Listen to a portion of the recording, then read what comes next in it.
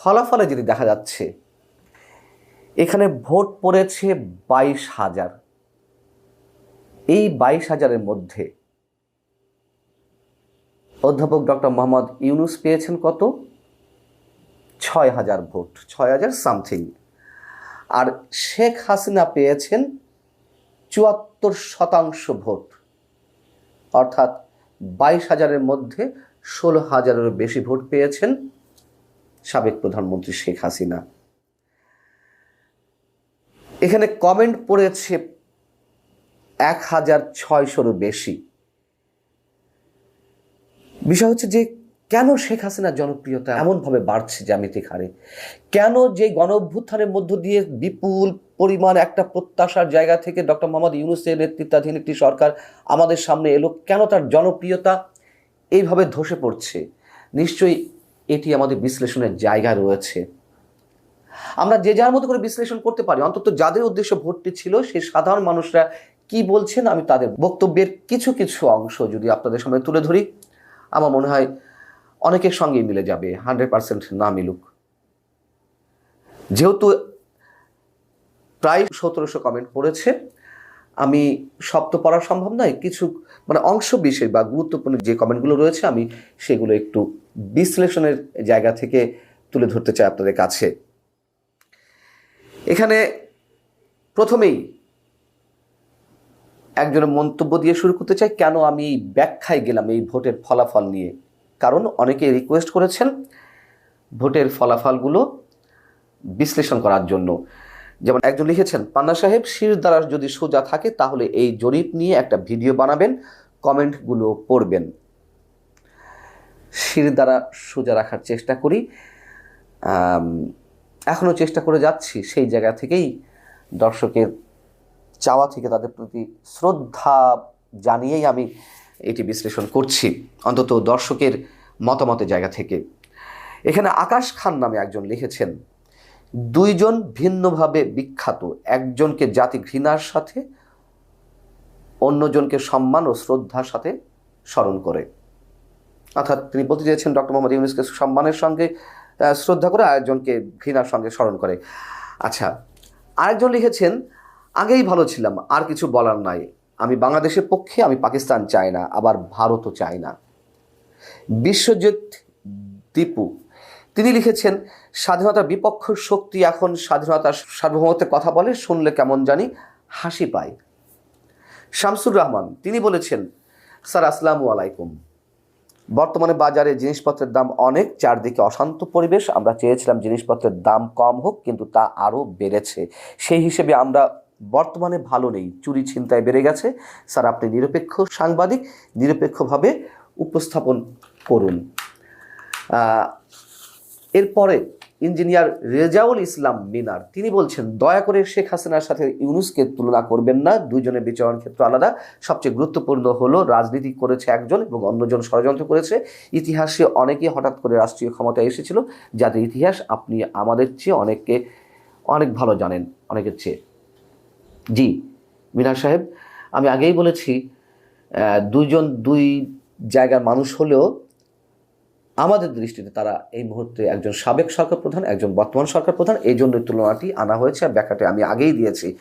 রহমত খান তিনি বলছেন, পান্না ভাইকে অনুরোধ করছি এই জরিপের মানুষের মন্তব্যগুলি নিয়ে একটি ভিডিও বানাবেন। আমি সেই 91 থেকে ভোটার, বর্তমান সরকারি চাকরি থেকে অবসর নিয়েছি, আমি কখনো নৌকায় ভোট দেই নাই, ইনশাল্লাহ সুযোগ পেলে এবার নৌকায় ভোট দিব। ভাই অনুরোধ আমার কমেন্টটা পড়বেন।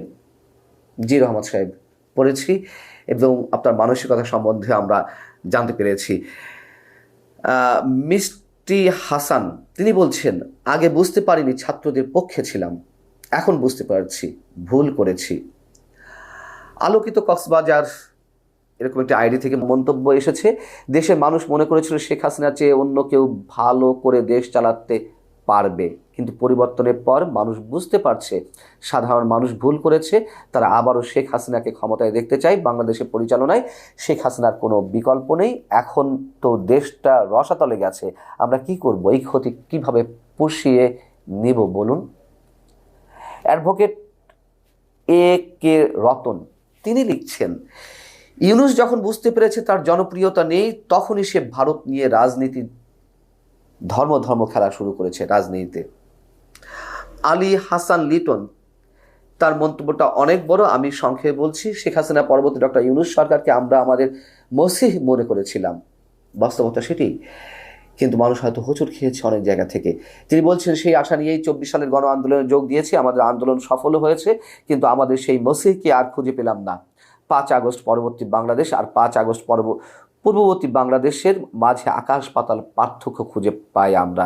আগে দ্রব্যমূল্য কিছুটা বেশি হলেও আমাদের আয় ছিল বেশি, বর্তমানে দ্রব্যমূল্য আমাদের নাগালের বাইরে চলে গেছে, বিপরীতে আয় নেমে গেছে অর্ধেকে। তারপর তিনি আইন শৃঙ্খলা নিয়ে কথা বলেছেন, চুরি ডাকাতি ছিনতাই নিয়ে কথা বলেছেন, অনেক বড় মন্তব্য। আরেকজন লিখছেন, বর্তমানে বাংলাদেশ কে চালাচ্ছে পান্না ভাই? আশা করি উত্তর দিবেন। ভাই আমরা বর্তমানে ভালো নেই, আল্লাহ হাফেজ। ভাই এক্সাক্ট উত্তর দেওয়ার ক্ষমতা আমার নেই, আমি যেমন মাঝে মাঝে উত্তর দেওয়ার চেষ্টা করছি, অনেকে ভালো লাগে অনেকে খারাপ লাগে, তবে আপনার কথার সঙ্গে নিশ্চয়ই আমি অনেকাংশেই একমত। আরেকজন লিখছেন বিএসএল সৌরভ, তিনি বলছেন, আমি একজন জুনিয়র আইনজীবী, বিশ্বাস করুন সংসার চালানো একরকম দায় হয়ে পড়েছে, বলতে বাধ্য হচ্ছি, আগে অনেক ভালো ছিলাম। নাজমুল হুদা, তিনি লিখছেন, আপনার নিশ্চয়ই ভোটের ফলাফল ভালো লাগবে না, কিন্তু কি করবেন, জনগণ যেটা চায় তাই তো হবে। আপনি না আবার বলেন ভারতের জনগণ ভোট দিয়েছেন, যেহেতু শেখ হাসিনার পক্ষে যাচ্ছে না। আমি মনে করতে চাই অন্তত এই জরিপ নির্মোহভাবে মানুষ ভোট দিয়েছেন যারা অংশগ্রহণ করে থাকেন, এবং ম্যানিপুলেট করার তো কোনো সুযোগ নেই, তাই না? তো সেই জায়গা থেকে আমাদেরকে এটি বলতেই হচ্ছে। এবং যেই কমেন্টগুলো প্রিয় দর্শক আপনাদের সামনে পড়লাম, আরও কিছু কমেন্ট যদি পড়ি। লাইমা খাতুন, 5 আগস্ট আগে থেকে আওয়ামী লীগের বিরুদ্ধে ছিলাম, কিন্তু দেশের যে অবস্থা হয়েছে কথা দিলাম আজ থেকে শেখ হাসিনা ও আওয়ামী লীগের সমর্থন করব। রাজীব মণি, তিনি বলছেন, অনেক আশা নিয়ে ইউনূসকে সাপোর্ট করেছিলাম, আশাবাদী ছিলাম এই সুযোগে আমাদের দেশটা পিছনের সব ব্যর্থতা গুছিয়ে সামনে এগিয়ে যাবে, এখানে সবাই তার মনের ভাব প্রকাশ করতে পারবে অকুতু ভয়ে, কিন্তু এখন যা হচ্ছে তা দেখে মনের শ্বাসই শুধু বের হয়। এখন তাকে দেখে মনে হয় তিনি বাংলাদেশকে এগিয়ে নিতে নয় বরং পিছিয়ে দিতে এসেছেন। ডক্টর মোহাম্মদ ইউনূস উল্লেখ করে বলছেন, একটা চরম সত্য কথা কি স্যার, প্রতিশোধ পরায়ণ হয়ে ভালো কিছু করা যায় না। আমার সবচেয়ে ভালো লেগেছে এই মন্তব্যটির এই অংশটি, সব মন্তব্য মিলিয়ে, প্রতিশোধ পরায়ণ হয়ে আসলে ভালো কিছু করা যায় না। আরেকজন লিখছেন, দুর্জন বিদ্বান হলেও পরিত্যাজ্য, ইউনূস সাহেব এটার বাস্তব উদাহরণ। সাজিদুল দুলাল, তিনি বলছেন, আমি একজন সরকারি কলেজ শিক্ষক, রাষ্ট্র নিয়ে অনেক কিছু বলার আছে, তবে তা বিশ্লেষণের জায়গা এটা নয়, শুধু কলেজের পরিবেশটাই জানাচ্ছি।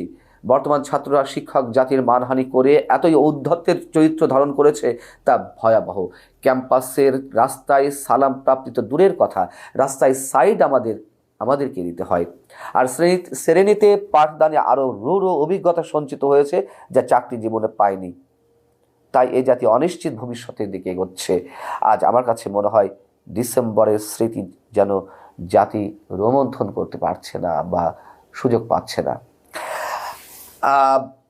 মিস্টার মাসুদ, তিনি লিখেছেন, আমি কোনো দলকে বিশ্বাস করতাম না, তবে 5 তারিখের পর থেকে শেখ হাসিনা ও আওয়ামী লীগ আমার ভরসার জায়গায় রেখেছি। মোহাম্মদ উসমান, তিনি লিখছেন, ভাই আমি একজন প্রবাসী, 15 বছর আগে দুবাই এসেছি, এখন অবধি দুবাইতে।